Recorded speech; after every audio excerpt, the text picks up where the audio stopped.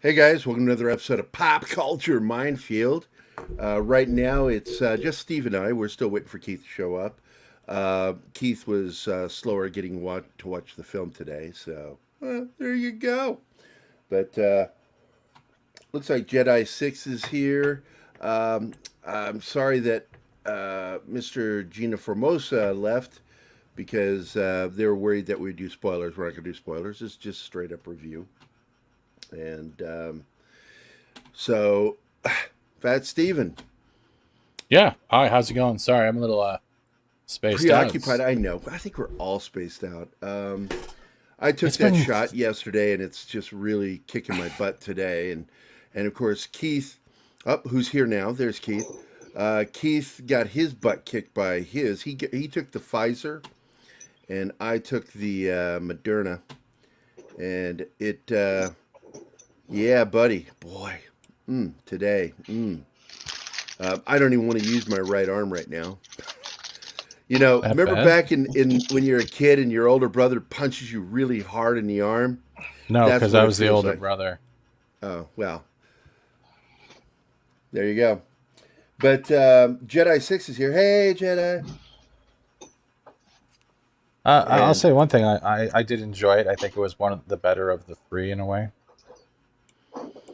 I Definitely. thoroughly enjoyed this film. Um, it each film has felt like it was moving closer and closer to trying to make a fan favorite film. Mm-hmm. You know, and this one really came at it with in such a way that I don't know how a classic Godzilla fan couldn't enjoy this film. There are so many Easter eggs in it, and even though they changed the history a little bit, I don't want to get into it. Um, I still really enjoyed how they brought about some of the things from classic Godzilla.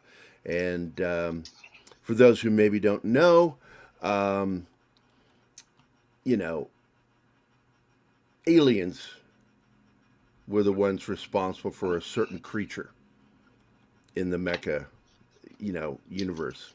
And so they're doing their own thing. Don't want to say what, but I liked it. Um, I think the fights in this were better than the Well, last film. oh yeah. And I think they finally figured out the balance between human interaction and more kaiju battles, and it was just like they knew the right Yep. moment to have it go different. Yep. Cut away, go to the human stuff going on. I think that the only character I felt really doesn't have much of a payoff in this is, even though I was glad to see him again, was the dad from, uh, um, I just forgot the organization. Think of the That, monsters. no, the, Oh, the Apex, Monarch. organization, Monarch. Apex. I felt like Monarch was not really in the film very much. And they're important, but they weren't in the film very much. There was no real payoff with Monarch. Um, I enjoyed Apex. It was just an all-around really good story, good human story, good creature story. I also love there was more personality in the monsters this time, and I'm thinking that maybe that had something to do with the actors that were the suits, the Well, digital suits. I think overall, what we are watching is a proper way to build a film universe that, unlike the MCU, is doing it from the perspective of a property that is already well known, that other people have already done stuff with, and how you can not only translate it to a new audience, to a new generation, but also build it in such a way that it is stable and self-sustaining. And you Right. have to give a lot of that credit to not only the producers, but to Legendary, because this is what they did when they were originally a part of building the DCEU. Okay? Because they were originally around for let's see, I think they were a part of not only the Dark Knight films, but they were also a part of Man of Steel and Batman v Superman. And I think they've produced all of them up to a point, and then they stopped, it seemed like. And this is, that's because Warner Brothers, I think, started fooling around with this stuff more. But what Universal, what Paramount, what everybody outside of the MCU needs to realize is now that there are two formulas now. Warner Brothers, first of all, needs to just stop. They just need to stop messing with stuff, because this team that they have that just happens to be at their production company, their studio, they've built this the same way that you had, with the MCU, with Harry Potter. This could be something as long as Warner Brothers stays out. Yeah. And it seems like that's what AT&T wants as well. Yeah. It's hard. It's hard for them, it seems like, because they can't stop messing with stuff. So we're headed into our third version of the DC universe with Warner Brothers in so many years. And again, to focus right back on this film, it's very well put together, and all of them have been. Even the first Godzilla film, which didn't seem to be a lot of people's favorites, but still had something about it. And they built upon what they did right to make Kong Skull Island, and then eventually Godzilla King of Monsters, and now this. So, and it seems like they are building towards something.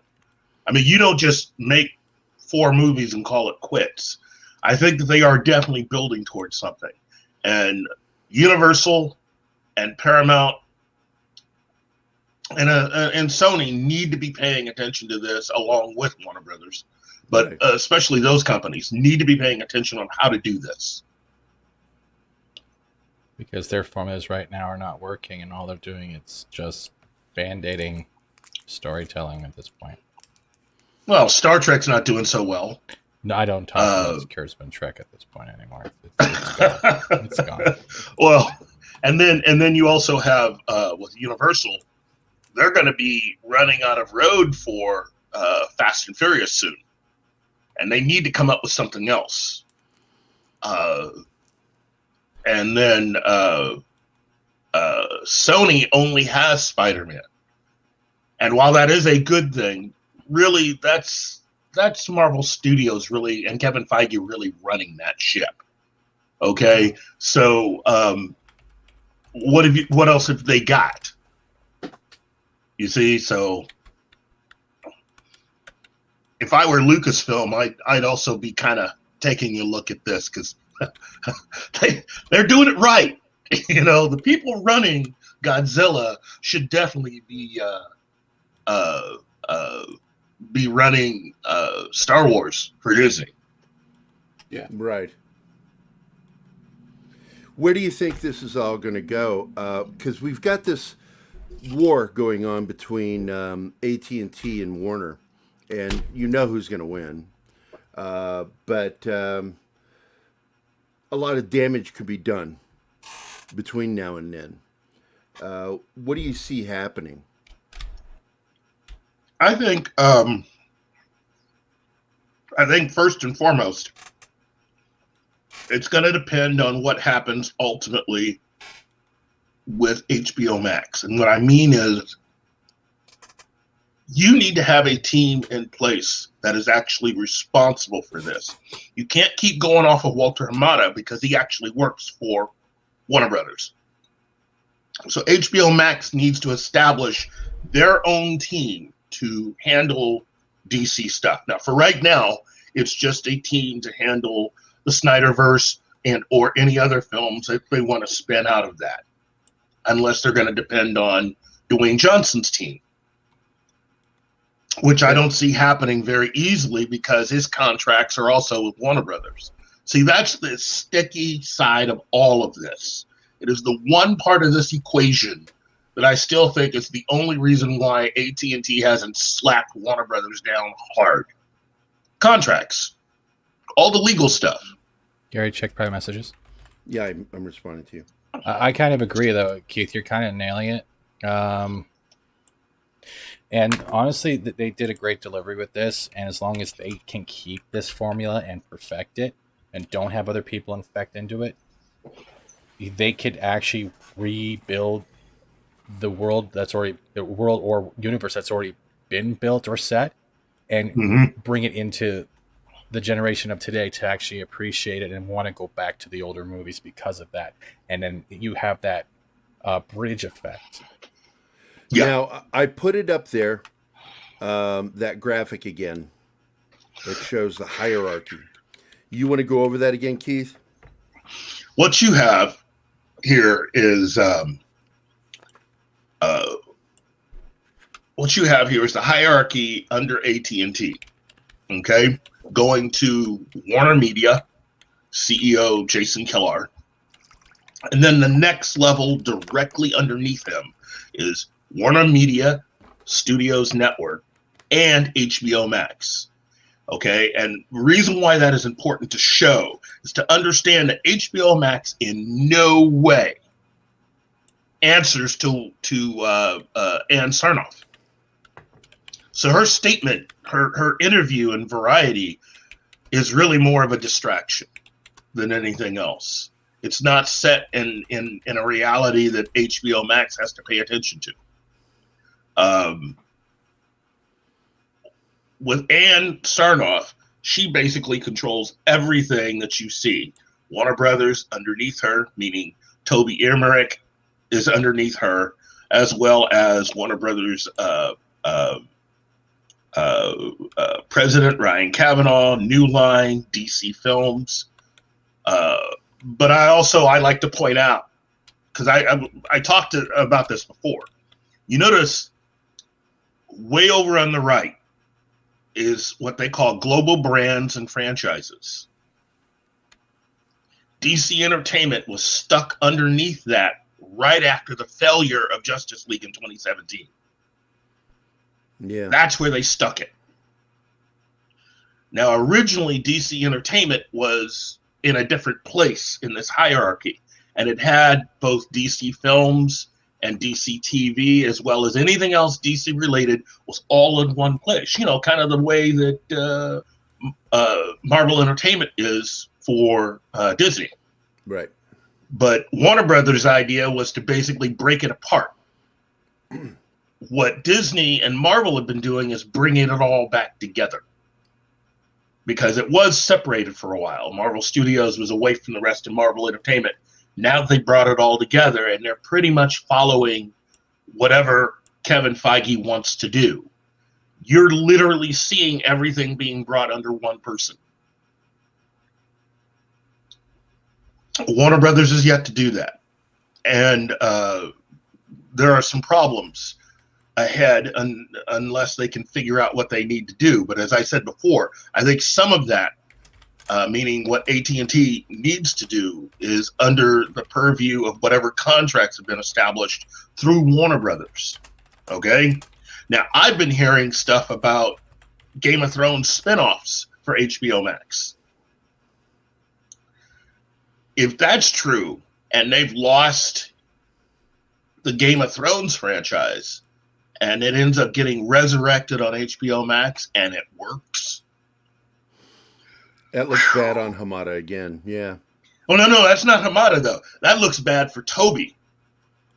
See, Hamada only controls DC Films.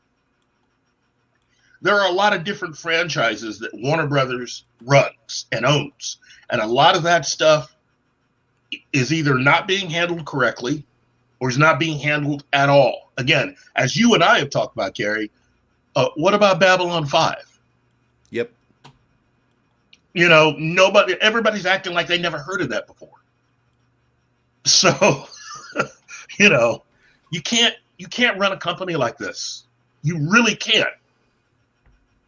So yeah, and AT&T is I'll just show that video. You know the one I did. This is AT&T with Warner Brothers. When you're slapped, you'll take it and like it. There you go. As soon as they figure out contracts, that's exactly what'll start happening. AT&T is just biding its time. Yeah. And so all you're getting is just a bunch of people who are going out and saying stuff. Some of these people are making statements to make it seem like Warner Brothers is actually going to do one thing, when in actuality, they might be very limited in what they can do, or technically they could do it, but it's not going to be that big a deal. Ann Sarnoff's interview is that. It was a lot of legal mumbo jumbo. I have a quick question. I want to give I'm sorry, hold on just one sec. I want to welcome everybody in the chat. So welcome Theme Park Casual. We love having you on here. Jedi 6 as usual. Aliens, I thought there was going to be a spoiler warning. So then we got Pop Culture Minefield in the audience. I don't know why. He's a real asshole. CJ Snake Eyes, what is up? And Parrot Head's here. What's up, hell all? And Fat Steven's in the chat too. Fuck that guy. Yeah, fuck me. And CJ Snakes again. You're so right, Gary, that it was just... Yeah, exactly. All right. So, I have a question. The film was very predictable, but very enjoyable. Go ahead, Steven. Do you guys want... I've invited Sven, the Naked Ninja Retro will be joining us shortly. But you have a choice now. Would you like a Kylo Ren lookalike as well? They're an upcoming show, and he's pretty good. Yeah, man. Fuck it. I don't care. Okay. Let's see. Zax is here. What's up, Zax? Let's see. There was something I was going to say to Zax, but I can't remember what the hell it is. I'm on drugs, so for pain. I don't know how, because Keith took the Pfizer one, and it apparently affects the head, so you get really bad headaches. Where the Moderna seems to affect the joints and the arm that it's injected into. And the sperm count. And sperm count, which, thank God, I don't need them anymore. Hey, we have a comment from Parrot Head. Yep, hold on, wait a second. I may run from spoilers. We're not going to do any spoilers here. We're just going to talk about really the situation of the franchise itself, how it's doing, and that we liked it, and you should go see it. Fat Steven, isn't that your government in Canada? What's my government? What? I don't know. Oh, fucking myself? No, that's Sunday. Okay. That's Sunday mass. Hey, Sven. Hey guys, how's it going? Oh, it's Sven, and there is Oli. That's a Ren and Stimpy joke. I don't know if anybody gets it. I'm Sven. He is Oli. CJ Snake says, well, what's said about this? I found out Warner Brothers is doing a Thundercats movie. Yeah, that kind of popped up in social media yesterday. I'm worried. I hate when when stuff from my childhood gets screwed. We all do. But I want to share this again. Share the screen.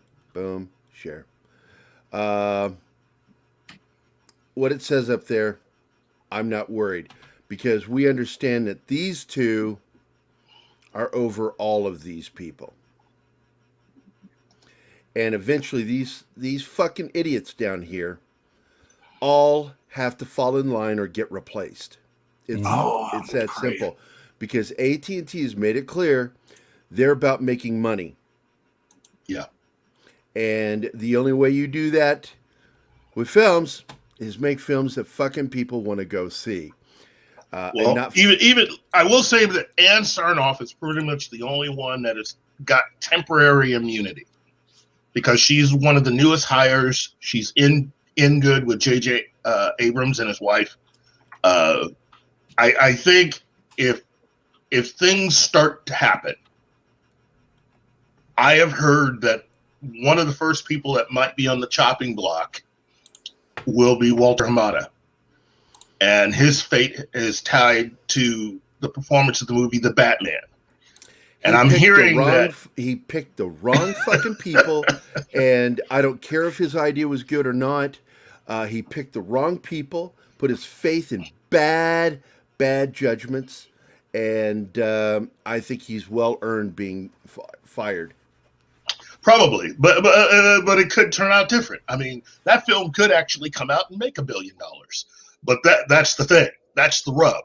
I'm thinking Warner Brothers wants that film to make $1 billion.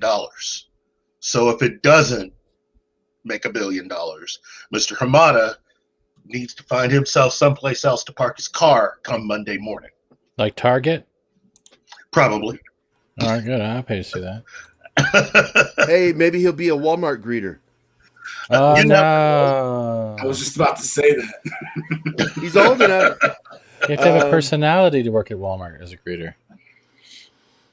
Yeah, I could just see Welcome it. to Costco. It'll be like I Dick love you. Cheney when Dick Cheney became a Walmart greeter on Family Guy.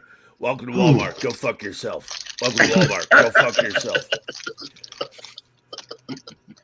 That's a huge possibility. Actually, I'd pay to see that. That'd be funny. And Really? and he's Parrothead's talking about the Sven and Ollie joke. I never heard it before Ren and Stimpy, so I don't know where it came from. Let's see, but it's part of the pop culture zeitgeist. So if you know, share it. Let's see if they're about money. Why keep doing the SJW stuff in their comics and films?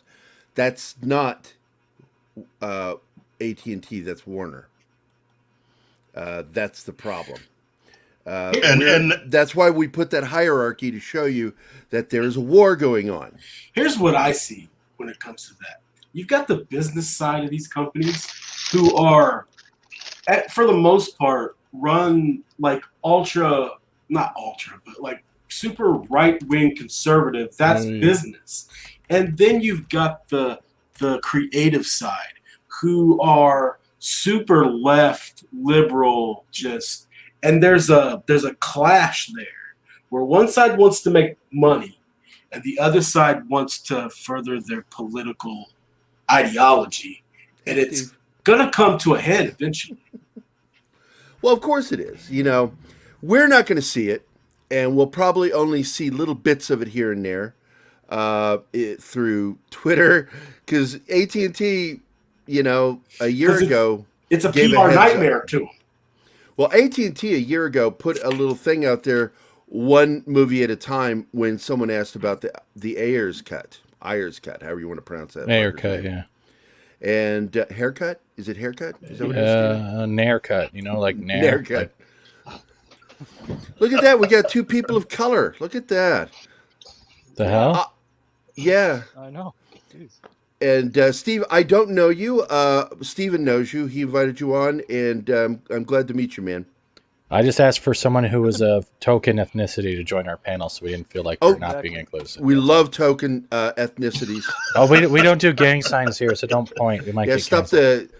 none of this gang sign shit. None of that.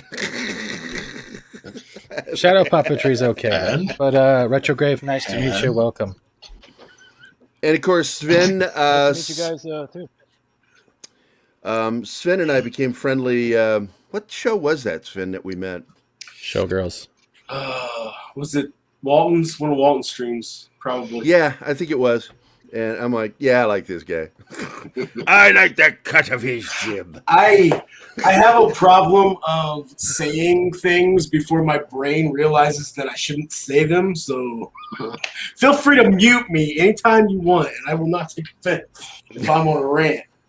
I don't want to get That's anybody okay. monetized. I've always got my finger on the trigger. And Steve, what did you? No spoilers. What did you think of the film? Me or Sven? Godzilla versus Kong, or which one? Yeah, Godzilla versus Kong. Did you watch it? Yes, it's I liked it as a kaiju battle movie. That's It had I a still lot of combat. I still think King of the Monsters out of the four, or the MonsterVerse films is the best one. This one, yeah, it's fun as a battle film. If you watch all those old Godzilla movies, the Showa era Godzilla movies where he's fighting every monster out, like that's what it reminded me of, except with better effects. Yeah, I got to point out that it was a different kind of kaiju battle film because I noticed something particular with this film that hadn't been done before. There's a lot more personality behind the monsters this time. And I'm not sure if that's because they brought Kong into it, but Godzilla, with the expressions, there was a lot more personality. And I like that because that was one of my favorite things growing up on, classic Godzilla. I mean, I personally have done this thing where I'm like, at a person, like, no time for you. Got that from Godzilla. We finally got something similar to that in this, even though they're not going silly like the classic Japanese movies did. But we're still seeing a lot of personality. And I liked the expressions that you saw when it was anger, rage, or whatever between Kong and Godzilla. I don't know. The 13-year-old that lives in my brain still fucking loses his shit over stuff like that. And I felt like we didn't quite get that in the last film, but I still love the last film because, oh my God, fighting Monster Zero was amazing in that film. Yeah. That was like one of the best moments in kaiju cinematic history. So, but anyway, Steven, in the end, would you give it a thumbs up, tell people to see it? Yeah, definitely. If you have the chance to see it in a theater, if you're safe or want to go to a theater, watch it, definitely recommend it. Because I was watching at home and it's like, yeah, it's cool, but I need to see this in a theater. I saw all these films in the theater. I saw King of the Monsters on IMAX. That's an experience I'll never forget, yo. So that's you have to see. I mean, it's about giant monsters. You got to see it on the biggest screen. So if you get rented out, go ahead. Yeah. Mm-hmm. That's pretty much the main pretense when it comes to stuff like this, especially like even if we go down, let's say, the road of Star Wars, when you're having the grand space battles, you want to see the Death Star as big as you can. You want to see how big like the capital ships, the Death Stars are, and focus in on that. But with the kaiju battles, like even if we're going to go through Pacific Rim style, if we're not getting the effect of having to look up to actually feel the grand scale, it kind of takes away from the experience of almost being on the field while those two giant monsters are going fisticuffs. And the theater pretty much is the best way to deliver that. Even a drive-in, if you could do that, it would kick ass. Like, you know what I mean? Oh yeah. Another thing I want to point out, because you brought that up, the fisticuffs, I felt like the fight choreography was much better this time too. And I'm not going to go into it. I just felt like it was a mano fight, and I like that. Well, you have the advantage of with Kong because he has appendages and everything. He can throw punches and he can do all these other moves. He has 4 fists. Yeah. At one point, it felt like he was doing some wrestling moves. Yeah, but it should feel like that, right? These are big, huge. These are big, huge like creatures, and it should be a brawl. There shouldn't be no finesse to it. It should be sloppy, and there should be destruction all around because that's what these things are, right? Yeah, it's Rocky like, versus Drago. This is almost like Rock and Stop and Robot, or Clubber Lang. Yeah, you want to see a fight, right? I would like to actually see the Rocky fight theme. I would like to see the Rocky fight theme, but with the kaijus. Yeah. That would actually be pretty good, And I hear the background is the little girl with Rocky's trainer. You can get him, Rocky. You can get him, Godzilla. You can get him. Get him. There was a lot of... We're missing trainers in this. Yeah. We got a lot of subtext to the film franchise through the human characters. And I was a little put off by some of the stuff, but I felt all in all, it feels like it's building up to something. I don't want to say what it is, but I really did feel that at the end of the film that we have to get more. And I can't believe that this would be the end of the franchise. Oh, heck no. And I don't think Warner Brothers wants it to be. Look, given the way that they decided to focus all their attention, all their money on advertising this film rather than helping to advertise Zack Snyder's Justice League, they definitely want to see this continue. They definitely want to keep this ball rolling.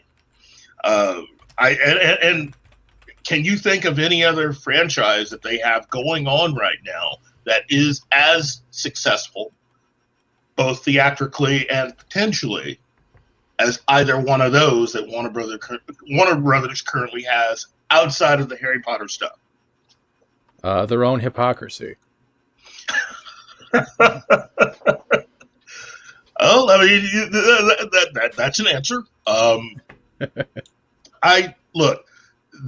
They put a lot into this film. They have 4 producers for this movie out of everybody they've listed as a producer, and I'm thinking you're looking at about 13, 14 producers overall, counting executive producers and co-producers.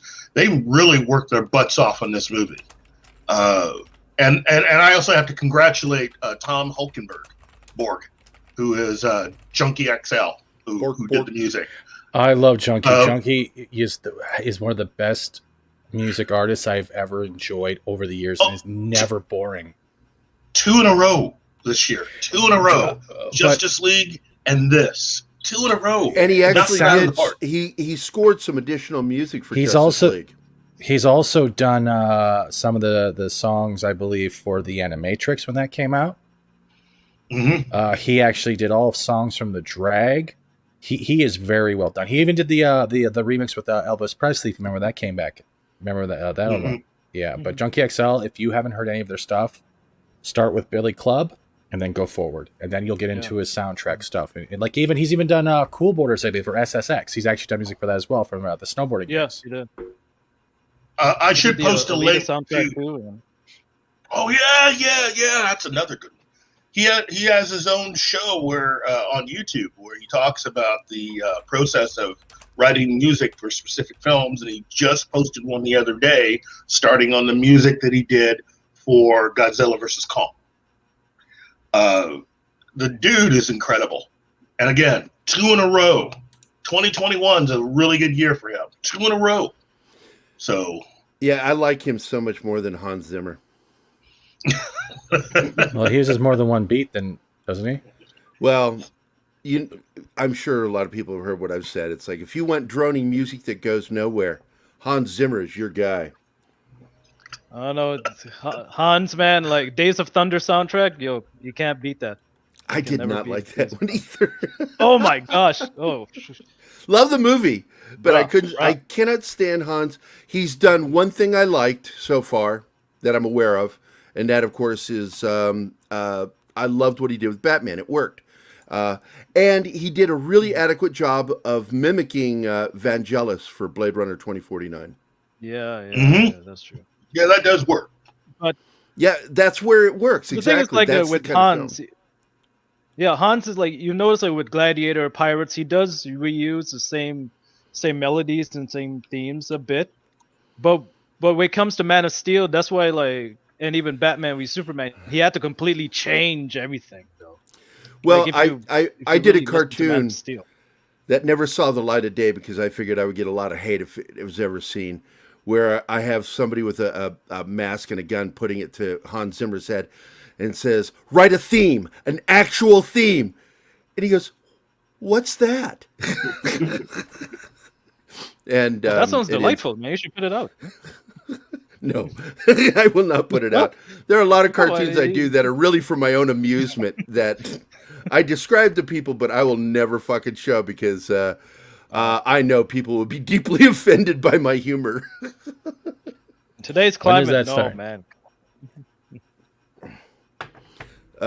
So Sven, Yes. what's it like being a Viking? It's a lot of motion sickness and eating fish. Invading small countries. Yeah. There you go. Well, anyway, I want to go to Tim Tringle. I always say Tingle. What is that? I like Junkie XL, but Bear McCreary's score for King. Look, Bear McCreary is a beast, dude. Bear McCreary is a beast. Battlestar Galactica is where I first got exposed to his music. And I like anything and everything he does. And All of his one music reason for I'm a percussionist, a drummer, and he uses a lot of percussion. yeah, And I he love was that. very good with Battlestar Galactica. I thought he was also very good for Agents of Shield, Yes. and I was just totally surprised at some of the other music that he's done. Various television shows, He did other things, but those He two did stood 300, out. right? That's Didn't he do 300? a good question. I have a feeling he did. I know he does Walking Dead, right? Where he did the first couple of seasons. I have to check because I'm not yeah. sure on that. 300 soundtrack. I'll look it up. The Walking Dead actually was it was actually taken from my life story about my sex life. If people want to know the actual truth behind it, yeah. So The Walking Dead was actually a true story based on my sex life because it's walking and it's always dead.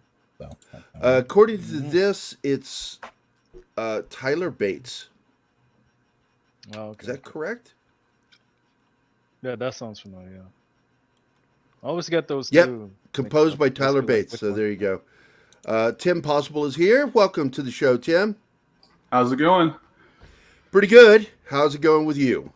Pretty good, pretty good. I told you it was I just, Kylo Ren. I told you. Oh, That's it. fuck you. He really does look like him. I never know if he's fucking with me when Fat Steven says shit to me.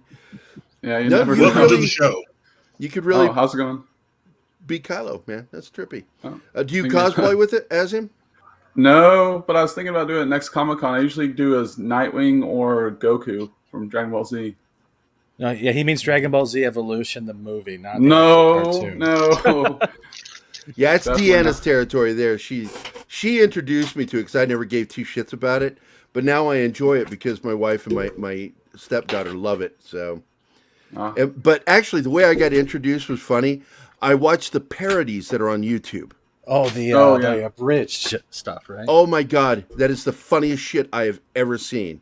And then when I started watching the actual thing, and I'm like, oh, it's not as funny. yeah. So, I want to go back to this. Sorry.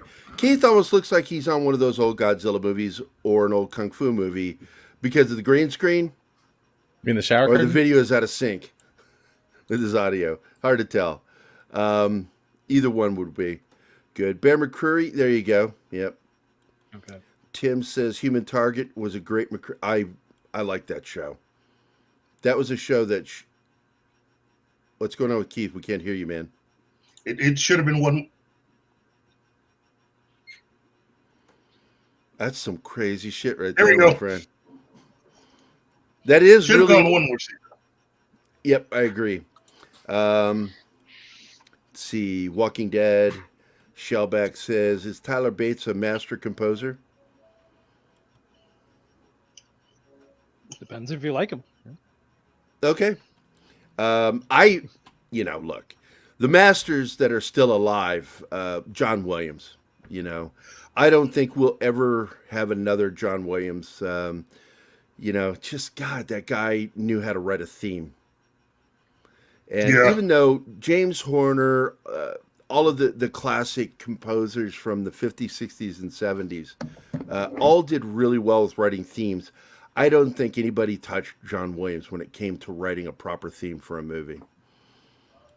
And, as a kid, I collected movie soundtracks, and almost everything was John Williams, because they were just the best soundtracks. But Bear McCreary Bates comes joke. close Okay. because he also did the music for Constantine, the Constantine television series. Mm-hmm. And he also did Da Vinci's Demons, which I thought the theme for that was amazing. He did at least one episode of Black Mirror, and he's done like Black Sails, and he did one of the God of War video games. Love Black Sails. You can always find something that you like that he's done. I mean, the dude is he's a machine. Mm-hmm. I can't stop talking about the dude. So, She just did. oh, well, then I'm sorry. Yeah, you and need the to just upcoming, keep talking to be able to say that you can't stop talking about him. but also the new Masters of the Universe Revelation series, Bear McCreary, they got for the music. So, Oh, that's going to be badass. Once again, percussive as hell. You know, I would love to see him like compose something like Rainbow Bright, and just see how psycho crazy that soundtrack would be. It's like Rainbow Bright. All right.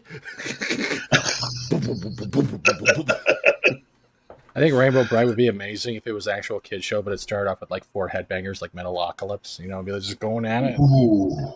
My son Benjamin used to get annoyed with me when I pronounced it Rambo Bright. Oh, are you gonna watch Rainbow Bright, buddy? Rainbow Bright. Sure. My younger sister used to love what was it? Strawberry shortcake. Yeah. Was that its name? Yeah. Yeah, she had all. I like the. She collected all the figures. I like the one that they do for. They would make fun of that show on Cartoon Network with Robot Chicken. I like their version of Rainbow Bright. All of the characters. Yeah, was it Strawberry Bitch Cake or something? Yeah, I love that one. Yeah, Oh, it's you mean messed Bitch up. Pudding? Bitch Pudding, yeah. Bitch Pudding is my favorite.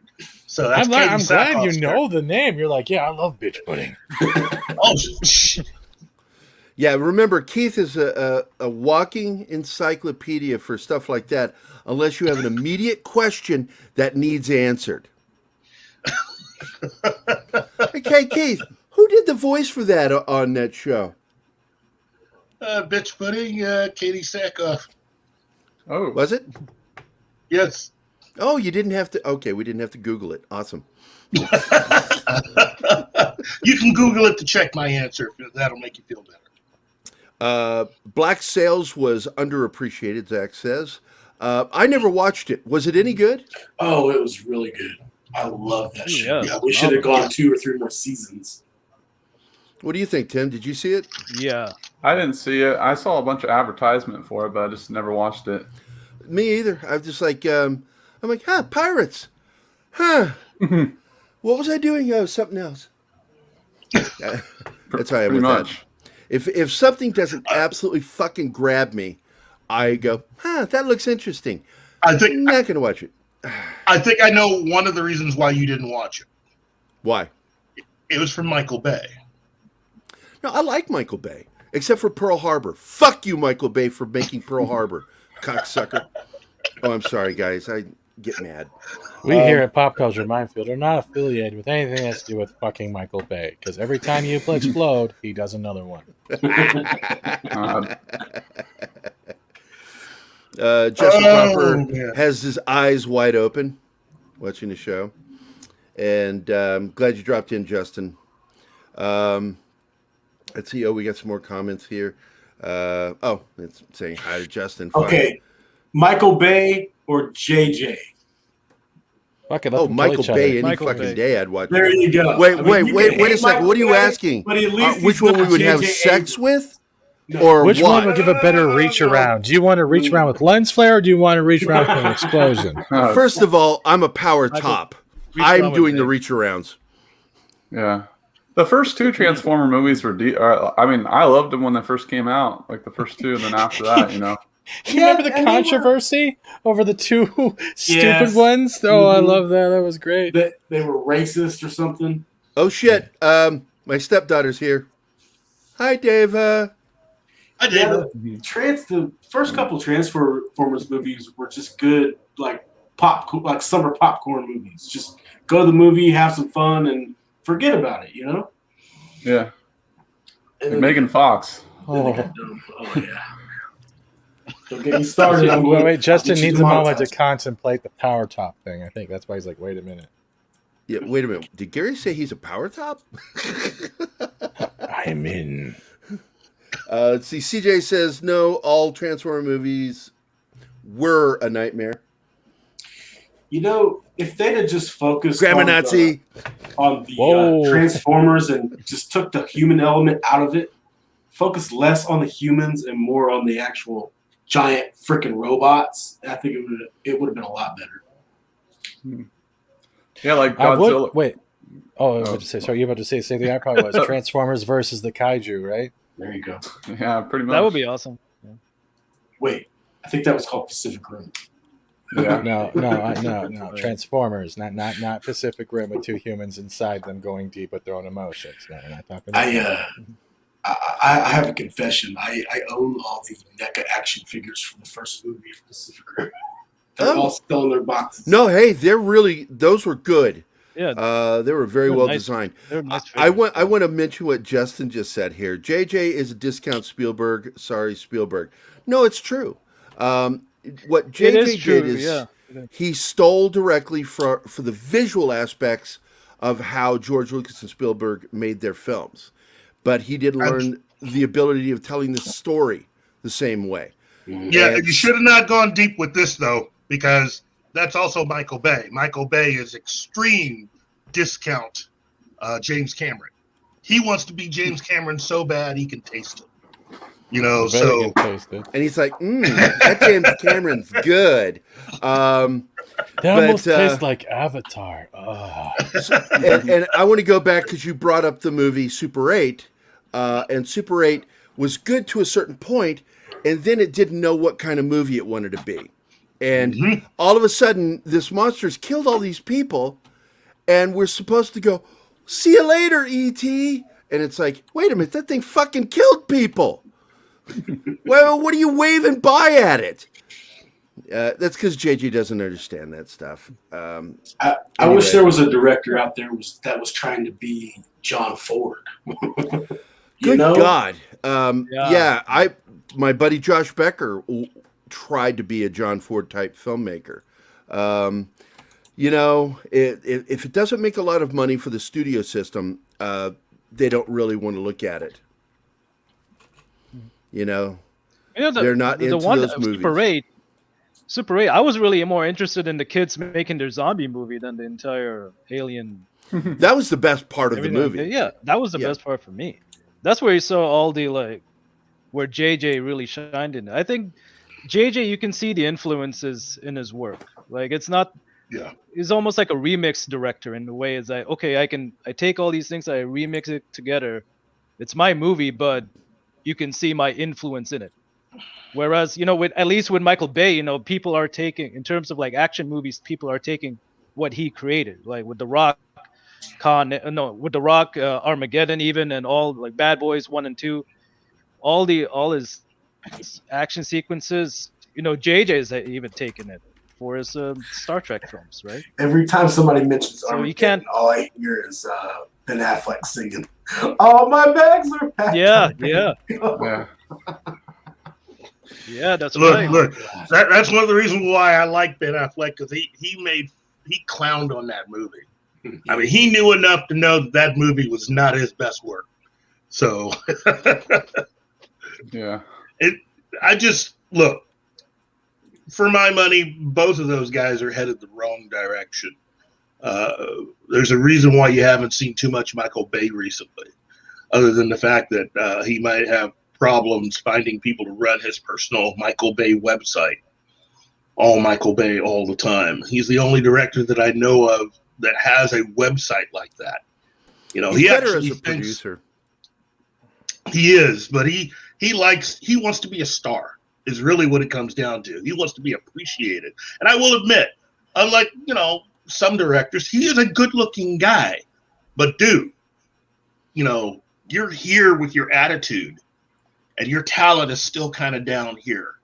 And if somebody pays you $5 million to give a 10-minute talk about what you do for a living, and you're only on stage for less than a minute and a half, not only should you pay back the money, you owe them money.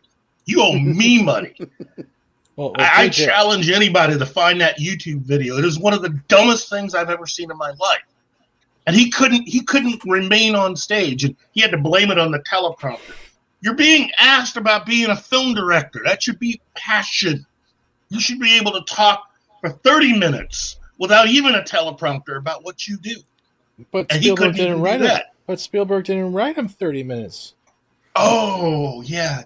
There's that. Yes. They also didn't have Kathleen Kennedy on the side serving coffee with notes on the Starbucks cup. Maybe the boy doesn't get the girl. If nobody got that, that's maybe he gets the dog. Why haven't they done the girl gets the boy yet, though? Well, that's because it No, I'm not. Or how about Old Yeller not takes too out good the boy instead? Have a reverse on that. Timmy has That's rabies, that's but Old Cujo Yeller's got to movie. do it. Yeah. Yeah, They anybody made that 3 Cujo it's like the movies. minute That's somebody shits too much on Bay, I go 13 hours. If you've not seen that fucking movie, 13 you hours. don't know Michael Bay because that The was a Island is personal really film good for too. him. The Island is really good too. Like he Oh, yeah. has Yeah, I made like some that. good movies. Like not saying that they are small movies because every Michael Bay is a big fucking movie, but the smaller relative ones comparatively, like The Island, 13 Hours. I love Pain and Gain. I think that's my favorite of Bad his, to be Boys, The honest. I Rock. laughed at that And movie, but I also, uh, when I laughed, I went, "Oh, I shouldn't be laughing at this." 'Cause I they look at it murdered this that way. dude. If you manage to piss off Sean Connery, as far as I'm concerned, Michael Bay is a talented guy. There's no doubt about it. But as far as giving him my rankings, I say he's about here. He should be here. He's right here. Yeah. 13 hours. but I'll be helps to honest, like cancel out. Oh, go ahead. one of my acting goals is to be in a Michael Bay film. Fuck man, if I were in a Michael Bay film, even if just That money. the slow motion tire just hits my face like that, fuck, that'll be it for me. Well, I've Yeah. said this before. Michael Bay, outside of Pearl Harbor, does really well with military themed stories because they're not really stories; they're just military actions, and he really does a good job with soldiers. I love the way he depicts soldiers, and it's And he's not got just full because I'm a access, veteran. right? Yeah, he's got a lot of access, and he actually has a really good military advisor. It's not Dale Dye, who's my boss, but he's still pretty damn good. He should be a lot better than what he is, but he's way too full of himself. Yeah. Way too full of himself. My favorite, whole- oh, sorry, go ahead. No, go ahead, Tim. Oh, I was just going to say who I would want to work for personally is Christopher Nolan and Hans Zimmer do the score. But like Tenet did let me down on like a really high hopes. And when I saw it, I was like, man, what is this? So, I mean, I felt like the concept was cool, but, I would rather something be, I don't know. There was one film I watched, WandaVision, like the finale.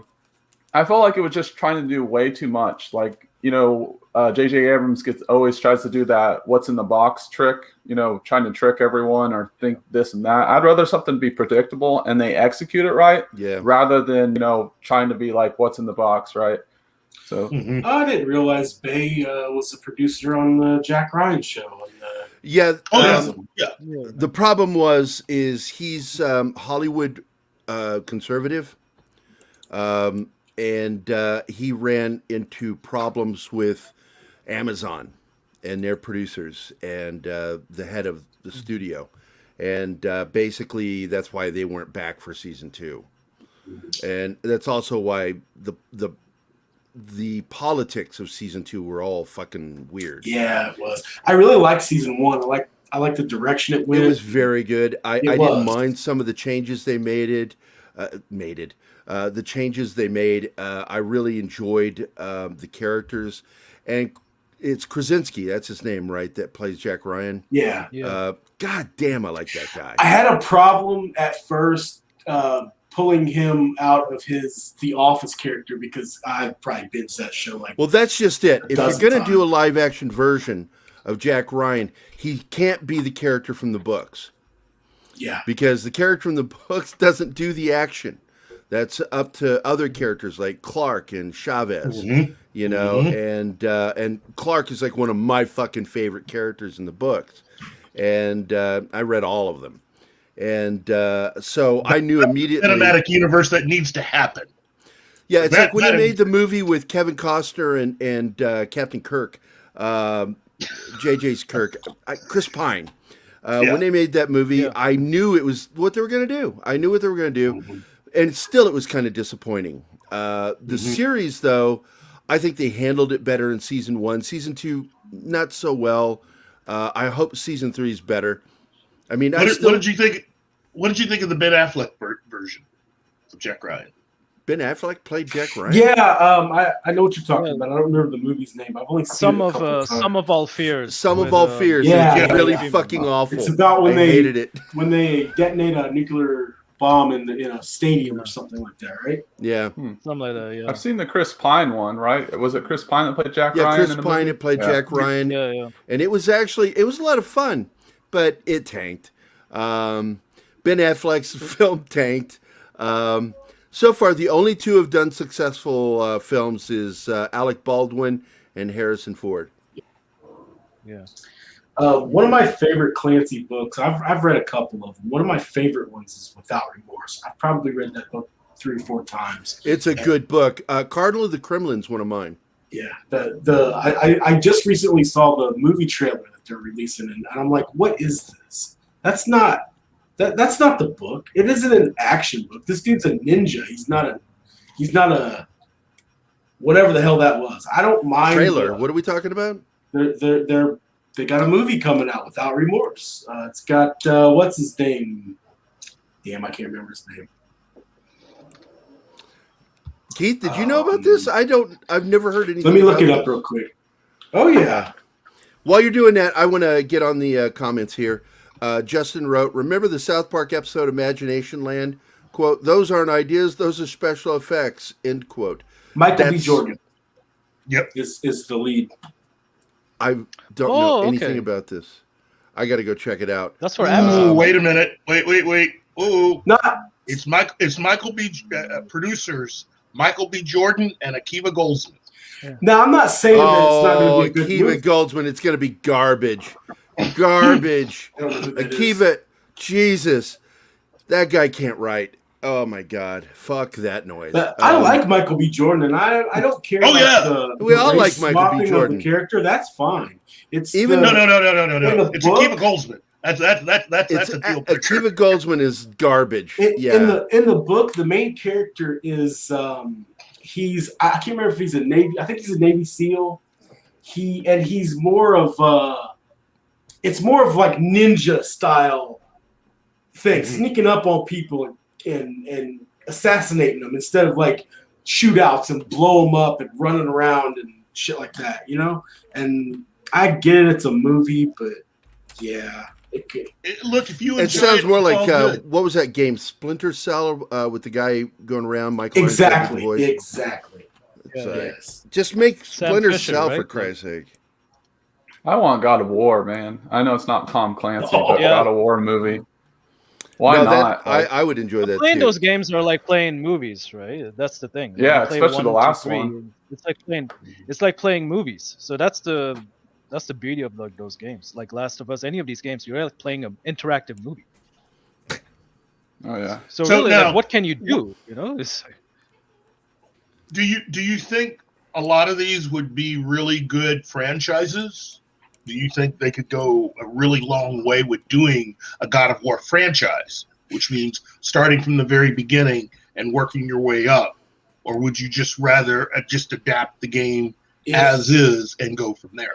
If they Well, used, sorry, go ahead. Well, what I wanted to say, if you're going to go from the aspect of, let's say, Monster Hunter, it all depends on who's doing it and why and who are your roles. Because Monster Hunter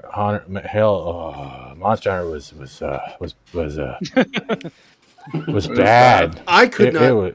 I'm was normally bad. quiet when we watch a movie, and we watched it together, and I was making fun of it all the Ron way Perlman through. and dreads or whatever the hell that hair thing growing. I think Gary- his hair was a Somebody monster. said at he this looked point. like Gary Busey, and I just started did. laughing. That was so funny. In my he did have a opinion, when it Mr. comes- Joshua vibe, didn't he? You know? In my opinion, when it comes to games with like really thick stories like The Last of Us or God of War or something like that, I think you could adapt them into a movie or a series of movies or even a TV series if you used the same writers that wrote the game. And I think that's been the problem adapting video games into movies from the beginning, is that they want to take these franchises and they want to hand them off to these Hollywood people that don't understand the vehicle that they're inheriting, and they just want to write a movie. And that's why they mostly all tank. It's because they're not using the same writers. But also, And there's that's just another my problem. opinion. Like, okay, let's take God of War. Let's take God of War is that it's a very dark story, but it's also a very bloody story. How far can we push it? If I'm adapting God of War, then how far can I push it if I get slapped into like an NC-17 rating, or like I gotta cut Yeah. it down to make an R rating, or fuck if I have to make this a PG-13 movie? It's like then it takes the essence away of like what God of War is, right? Like not saying you Well, can't make a compelling movie that's PG-13, the more money, but you know. the more money you spend on a film like that, though, that's really in the end going to help determine what that final rating is going to be, or what the studio expects. You end up spending $200 million on that, I can guarantee you they're going to want it to be PG-13. What's that director's name? Neil Blomkamp? Blomkamp. Wait, Neil Yeah, Blom- get him to do it. District 9? Come on. That's some bloody shit. But Dude, that was I like think he if- had Peter Jackson's backing, right? Like, so you need at least you need someone there to say no, make it rated R, make it bloody to an extent, and just put it out. If you don't have that backing, like when if Zach had Nolan for Man of Steel, if you don't have that person, then you're fucked. You know. Then I would say just make it for John Wick money. You know, if you're wanting to make something that is just kick ass and it is hitting that R rating, you need to be making that movie for right around $100 million, maybe less, preferably less.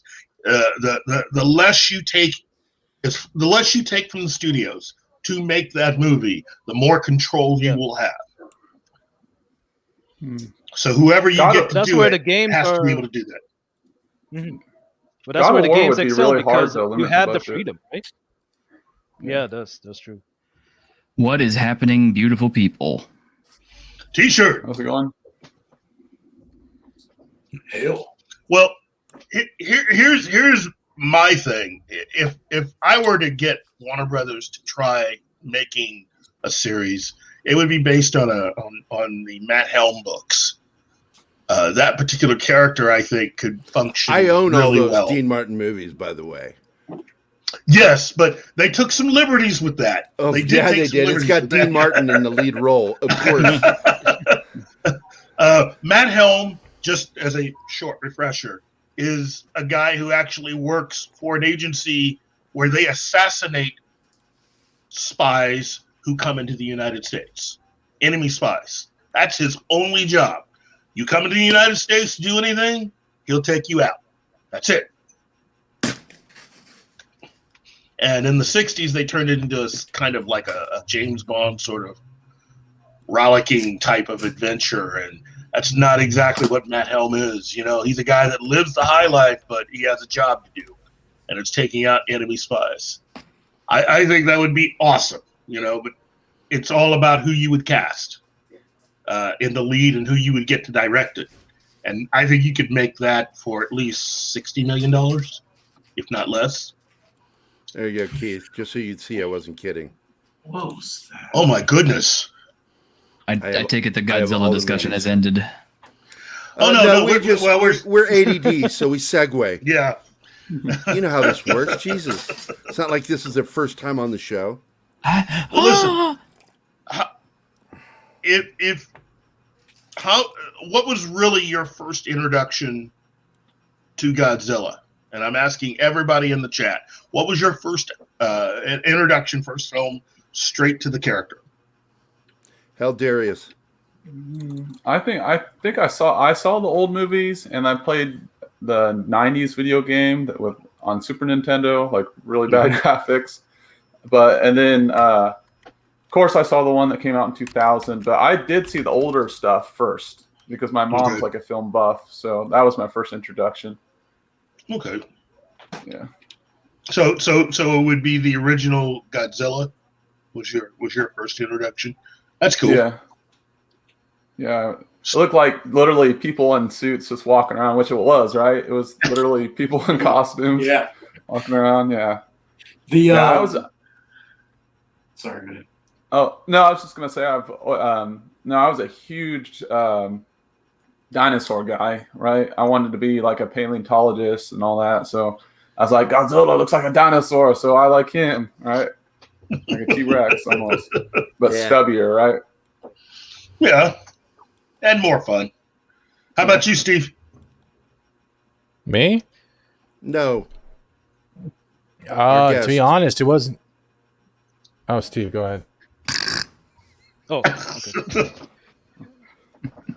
Definitely like going to the video store and just seeing like all these like Godzilla movies. Like, yeah, I want to watch this because it was appealing as a kid, right? So then you watch it and it's fun. Just the idea of like giant monsters attacking. It's all fun kid stuff. Then later on, buying DVDs and everything like that, then you get to see all the older Japanese stuff, then the original Godzilla, then Gamera, all the Heisei trilogy, and all of these other kaiju movies and everything. And holy shit, it's, for me, it just appealed to me so much. So yeah, it's all video store rentals, man. The comic series is really good too. I never really collected it, but I would browse it occasionally when I'd go into a comic book store. The art's amazing, and the backstories are just, it's phenomenal. So that was your introduction, just the comics? Yeah, pretty much. I can't really go into it very deep because I've not read very many of them, but I would check them out when I would go to the comic book store. I was more into other stuff like, I don't know, more than the adult type of stuff, Walking Dead-esque stuff. I thought he was going to say like Godzilla porn. That's what I thought he was going. Well, hentai or whatever. Whoa!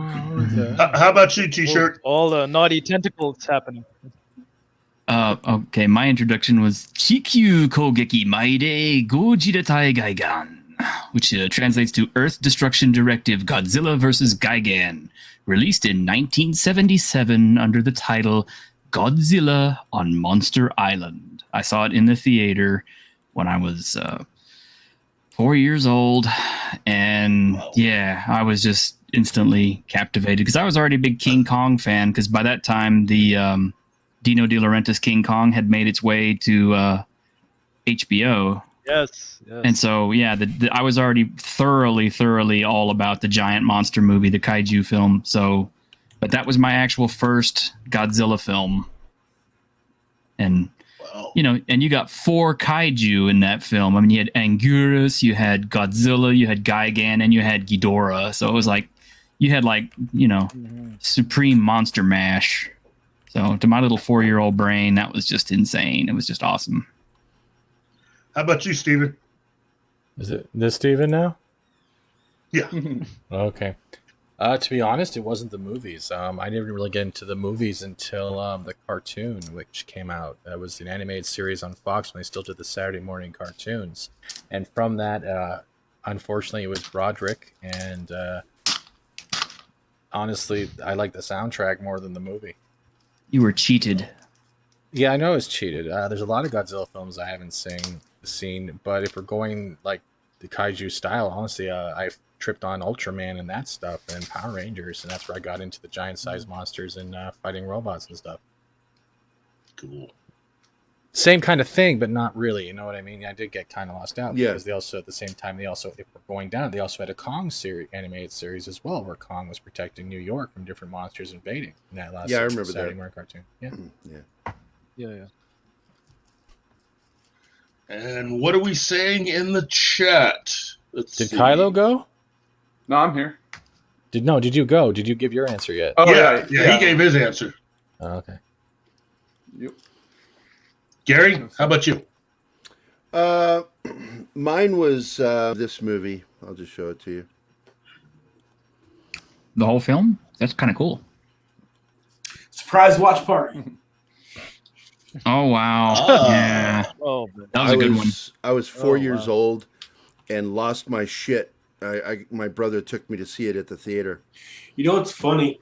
That version of Godzilla looks just like the parody that Dave Chappelle did on his show. You remember that? Well, he that went little through this. sketch? Yeah, it's like after Yeah, 65, they did a redesign on his mask on the head and gave him almost Kermit the Frog like eyes. It was weird, and whereas I think eyes it was were to appeal to perched the on kids top. more. It was specifically to appeal to the kids, and of course they had him doing more goofy shit. It was like in those where you'd see him mimic Bruce Lee, you know, wipe his mouth and spray it at the person to spit, you know. He gesticulated a lot in 1966 through 69, and then by 1970 they started changing up a little bit, and that's when we saw the introduction of Mechagodzilla. Cool. And that was the first Godzilla movie I saw in a theater after Who's Son of eating? Godzilla. Who's what? They're not hearing rappers? You were hearing rappers. That was me. Okay. Sorry. Badass. I didn't realize it was that loud. You have an amazing mic. I was like, I have a craving for chocolate bars all of a sudden. I better be careful and not fart over here. Of course, Gary just had to be an asshole about it. We did that at the same time, Gary. That was great. So anyway, let's see. Sox has something to say here, as well as Tim Tringle. Oh wait, hold on. I missed something here. There we go. We'll go back to Tim's comment. Movies on afternoons on Channel 7 ABC. Then my dad took me to Godzilla versus Megalon in the theater. Let's see. Godzilla Destroy All Monsters. Great freaking movie. Yes. Godzilla cartoon with Godzuki. I remember that fondly. Ditto. And let's see. A lot of the old school Godzilla movies are on. Yeah, I think they're all on there. Are they? I started out with the original Godzilla film way back in the day. I didn't see that until the 80s. Really? I'd never seen the black. No, I'd never seen the black and white version. Oh, yeah. And I've seen both. I've seen the American edit, and I've seen the original Japanese edit. I own both of them. I love them. I literally have every single Godzilla movie ever made. Every I single do one. not. There are some of them I didn't like. I also liked some of the early Kaiju films that were by them, but weren't Godzilla centric, like the Gargantuans, War of the Gargantuans. Yeah. Frankenstein was a weird one. I was like, wow, is Godzilla, because I was a kid watching it, like, when's Godzilla going to fight Frankenstein? Does anybody remember was it Sunday afternoon movie matinees on like the basic cable channels? They would always play Kong or a Godzilla movie. Yes, I remember those. I was young, so I mean it would be on.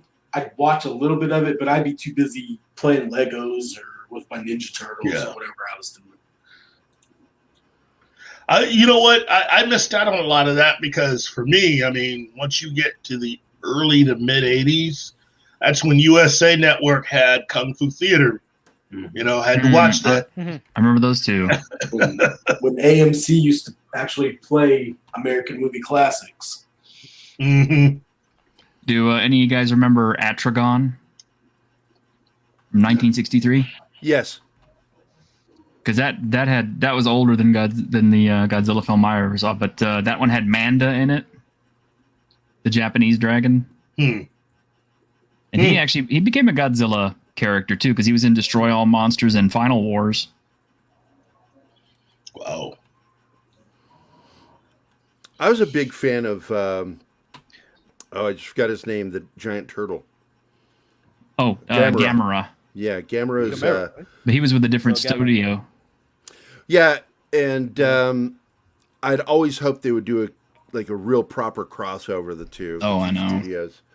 Because I'd love to see Godzilla versus Gamera. Wow. I'm assuming everybody's seen the previous Godzilla movie where it's all the monsters waking up. Mm-hmm. Were King of all Monsters. Were all those monsters in older Godzilla movies? Yeah, actually, I think they were. Mhm. Because They've all Rodan was made in there. appearances. That's right. They've made appearances at different times. Uh, uh, there's quite a few of them that were in what's the movie called? Monsters Attack or All Monsters Attack? Because you had a lot of the lesser ones, like And Final Wars. There was Had a that bunch of them. mammoth. There was the rhino looking Yeah, one. and I don't even remember where he came from. See, That's I the didn't scene- watch some of the Godzilla films from the late '80s That's the going scene where into they the bow 90s. down to Godzilla at the end, right? Mm-hmm. Mhm. Because they had There's the a- giant spider in there, the mammoth, and some other creatures too. The giant spider is Spiga. Yeah. There was He's in a lot of another insect-looking thing too that was different. I think it Kamakura. might have resembled a scorpion almost. Oh no, that's not Kamakura. Kamakura is a mantis. Maybe it was. My memory's fuzzy. Wow. And Wow, and then wow, of wow. course there was this Korean version of Godzilla called Yongari, Yeah, young Gerry. and it's a weird film. They had a Korean version of King Kong too. Never seen that one. Yeah, That'd be cool. it was basically just like a giant Neanderthal. I forget his name, but yeah, he was there. So, do you guys think this is going to be the last Godzilla movie, or? Oh no. No. Because I don't think this is a spoiler. I think this is the only one where it didn't have an after credits scene. Yeah, Yeah, I noticed that. I was hesitant to say what happened, but the director did an interview this week, so it's already out. You know, in the public forum, is that he did shoot a post-credit scene, but there was something that was missing in the overall movie that he wanted to put in, and rather than going to shoot a new scene, he realized that the post-credit scene fits that. And they just edited it. And I don't want to say what it is, what happens. I'm leaving that for people to find out. But yeah, because of that, there is no post-credit scene. Okay, did not know that. Wow. Well, I mean, Warner Brothers would be stupid to not continue to make these. As long as they make money and people seem to be interested, it's the best reason to do it, you know. And they definitely, as we said at the beginning, they're building towards something. I mean, the formula that they're using with this is working. I think they have been gaining fans. For every film that has come out, you've introduced more and more people to this, and we're building towards something, hopefully on purpose, that's bigger. So, although I don't know where we can go with this next one. So, And one thing that's important is to make sure you please the fans so they come, and then build on that by making it interesting for people to become fans. Somebody needs to buy these writers a stack of the compendium comic books, because I'm telling you, there's a rich backstory to this universe that they can tap into. This is like the first Kaiju verse film, aside from Kong Skull Island, that I really, really loved from start to finish, because I was thoroughly disappointed with the old Godzilla film, the first, from the Kaiju verse, and then the even King of the Monsters. It was just like, yeah, you had a bunch of monsters, but you really didn't have enough of them. You had too many people throughout the film, and that really aggravated me. I agree. And that's been the problem. And like I was saying with the Transformers movies, they need to stop focusing on these actors and start, just focus less on them. They don't need this much screen time. I don't care about their reputations or whatever. Yeah, this film seemed to be... Just to let you know, Tim, saying whether there is or isn't a post-credit scene isn't a spoiler. Saying what's in the scene is a spoiler. So, not you, I'm talking to Tim Tringle. We just mentioned that there is no post-credit scene. No. But this one actually felt like the director knew what we wanted to see. Yes. Again, it's all credit to both the directors and the production team and the producers. These people are all on the same page. and it works. So Warner Brothers should have no reason to interfere with any of these people. Yeah, I definitely liked how the look that I got. Very what was it? With the Pacific Rim and kind of like new, like futuristic world, kind of cyberpunk-ish feel with the lighting and all that. Mm-hmm. And Where they do you guys integrated, think like, this? I'm glad you brought up Pacific Rim again because I meant to ask this. Where do you think they derailed when they made the second film? Oh, when they didn't bring back Benicio, or I mean, Guillermo del Toro. I think that was a huge mistake. Mhm. and Charlie Hunnam? We should have brought him back. Yeah. I agree. And this is something I've mentioned to people before in the past, but I don't think it gets noted enough.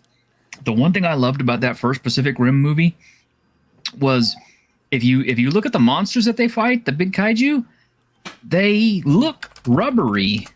They look like the guys in the suits, even though they're big CG props. But if you look at them, they have that rubbery look, and I'm like, damn, they knew exactly what we wanted to see. Well, it's Del Toro knows exactly what people want to see. Mhm. Again, I'm still mad at. Look, Del Toro is a freaking genius. Okay, and if he's given enough time and all the resources necessary, he can produce. I still blame Warner Brothers for not going with him to do his version of Justice League Dark, because his plan for a Justice League Dark movie was awesome. I still wanted to do Mountains of Madness. That too. I went into Yeah, that first. been waiting for that. Mm-hmm. I went into that first Pacific Rim movie, not having very much experience or background with like kaiju films or like Godzilla. Like, I mean, I knew about them. I knew they existed. I wasn't really a big fan. I was just going with a couple friends just to have fun and watch a popcorn flick. See some monsters beat each other up. And I absolutely loved it. Like I own every one of the NECA figures from that first movie. Every one of them. And they're all still in their packaging. I love that movie. I fell in love with the monster battles because of Pacific Rim. It's a very good kaiju film. And I even watched the anime series that just came out about a month ago. Oh man, I have not seen that. Been on my watch list on Netflix. It wasn't bad. I like the fact that they basically had shown that couples, make really good co-pilots. Okay. And I thought that was an interesting thing, because there's a psychological bond there, and I thought, I like that. I'm not going to say any more. Go watch it. Now, this is go ahead. This is a lot of people might roast me for this, and I don't give a shit. I actually really liked Peter Jackson's King Kong too. In fact, and I've got I like it too. I've got the super long cut. Same. I really did. I loved that film. I've watched it many times. Although when I hear super long cut, it just really concerns me. People might roast me for this, but I really like Adrian Brody in most everything I've seen him in. He's a pretty good actor. He is. He's a very decent actor. I think one of the worst casting jobs with him, because I think he's a great actor, was in Predators. I really liked him in Predators, except until the end. I didn't like the ending. That was where you needed somebody else. That's the problem. Yeah. But and I've said it before, that voice he does, that real deep growl, he would be perfect for Batman if he could fit that nose into the mask. Because man, he's got a big nose. But yeah, he's got the Batman voice down. He would make an even better Shadow. Yeah. Mm-hmm. I think he has the nose for the Shadow. He does. Who knows? Who knows? Exactly. Exactly. That's something that they could redo, and if they did it right, it would make a lot of money. No, they'll make a female Shadow. That's what they'll do. Shut up, Steven. Am I wrong? Shut up, Steven. Don't spoil my boner. Well, look, they're already going to make a major change with the Rocketeer. Disney's already announced that they're going to do that. Oh, As to no. when they're going to put that before the cameras, I don't know. It would be a decent idea if they kicked it up a couple of years rather than going, well, 5 years later. And it's just I'm not in favor of what they're going to do and making it just a few years after the events of the movie. It doesn't work for me. And having a female Rocketeer. No. No. Yeah, that's what Disney's planning.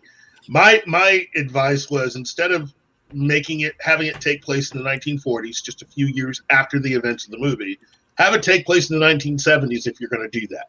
That'd be cool. Make it far enough. It could be his daughter. I'm cool with that. Well, they're going to make it a black female, is what they've said. No. So my thing is, make it the 1970s, and given the amount of time since the movie came out, how's she gonna fit that afro in the helmet though? Not everybody had a large afro back then. Not everybody needed one. Okay? Look at Keith. Keith doesn't have a fro. I think you can make it work. money for him to have one. But Hey, black woman, 1970s, the afro. Oh my God, yes, please. Sorry, not sorry. All right, cool. Thanks, Gary. And You got something there, Tim. Tim Tringle says Rocketeer without Joe Johnston won't work. I agree. And In fact, Dave Stevens be turning over in his grave. Marvel should have brought him back, not so much for another Captain America film, but they should have at least assigned him to help bring someone else. I think they should have retained him for. I'm surprised they got away without doing this. They should have made an Invaders movie. Oh, I'm God, sorry. that would be good. See, I mean, how many of you here would have given anything to have an Invaders movie? The original Torch, Submariner, Captain America, Captain Britain. I mean, if you have no idea what I'm talking about, Google that stuff. It's worth looking it up, because that would have been amazing. Plus, they could have had Baron Blood and Baron von Strucker, and that would have been great. And the Wizard, and yeah, Probably too much toxic masculinity for him. yeah. But yeah, there are plans. I personally would like to see a lot more pulp heroes made into film, but I don't know if we're going to be getting any of those anytime soon. And then there's all about who you would cast. I mean, I hate to say it, but Armie Hammer has the right build to be Doc Savage. Yeah, But nobody's going to cast him as that. He's just not. That's not happening. Well, he'd eat all the cast, right? So he wouldn't have much. I was waiting on it. Who's gonna say it? You know, ScarJo, you look great in that outfit, but you look better in barbecue sauce. You know, She would. This guy in Godzilla versus Kong. What's his name? Skarsgård. He would be good as Doc Yeah. Savage. He would. Yeah. He was reminding me of He's Captain the same America build. too. Mm-hmm. Yeah, but he's a little on the missed. tall side. Yeah. I mean, I'm not saying you can't have an ultra tall, Captain America, but it would make things difficult for the rest of the cast, because apple boxes all around for you guys. So, Get the Tom Cruise Apple Box line going. Oh yeah. well, I mean, talk about short. I mean, for those of you that really like the X-Files, you need to understand how short Gillian Anderson actually is. Mm-hmm.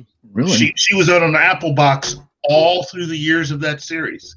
Every scene she does with David Duchovny, if she were actually wearing shoes, she would almost be out of the scene. He's not too tall himself, is he? He's He's like 6'2", 6'3". Is he? Oh, Yes, yeah. he's tall. Wow. He's a tall dude. I didn't- It doesn't seem like it, but No. Gillian Anderson's that short. Yeah. I didn't realize that until they made the movie.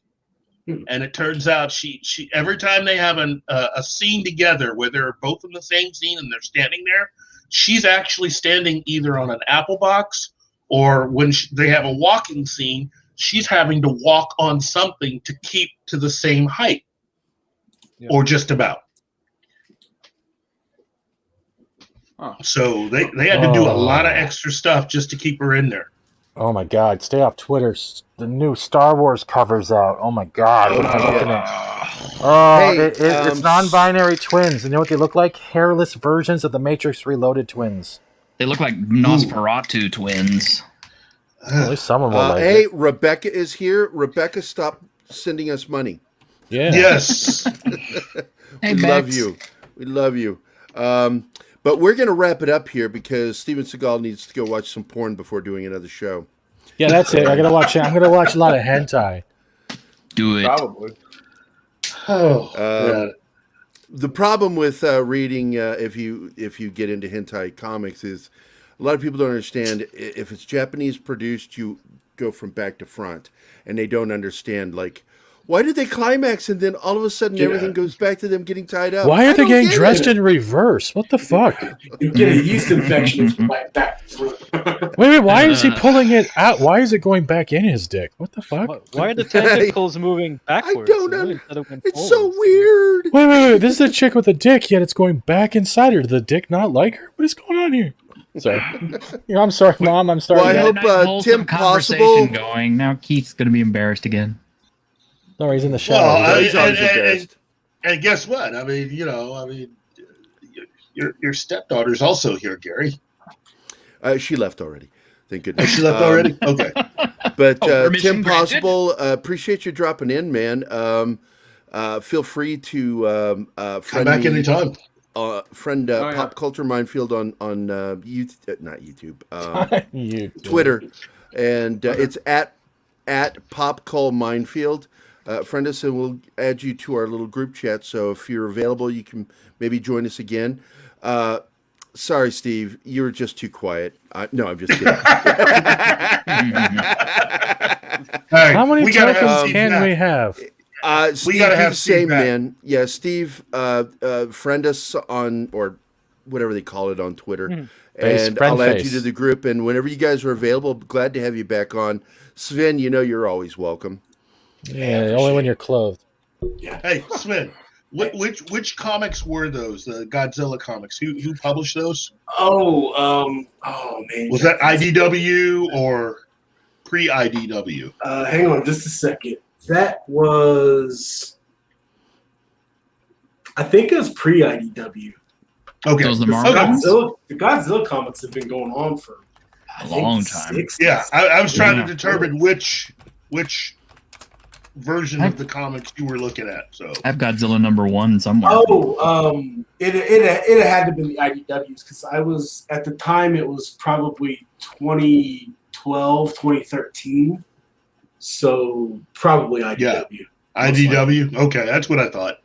Cool. Well, I'm going to go ahead and wrap this up. So Stephen get doing things, and I actually have a few things I need to do before I go. We start in like 25 minutes. Yeah. Holy shit! Yeah, we start in 25 minutes to do our anime show. So anyway, thanks for coming, everybody. Be prepared to look for Fat Steven Seagal's link for our upcoming anime episode. You're gonna like it, and I will see you guys next time. And for anybody that doesn't know, get off our lawns. I'm serious. Get off our lawns. We can't stand the way you get on our lawns. We're old people. You're not affiliated with Gary's oldness. Yes, you are. You sad, sorry Saka. Goodbye, Chocolate Mousse. I'll never forget you. Goodbye, Ducroix. Take care of yourself. Goodbye, Deja Vu. I'll always remember you. And I'll miss you most of all, Scarecrow.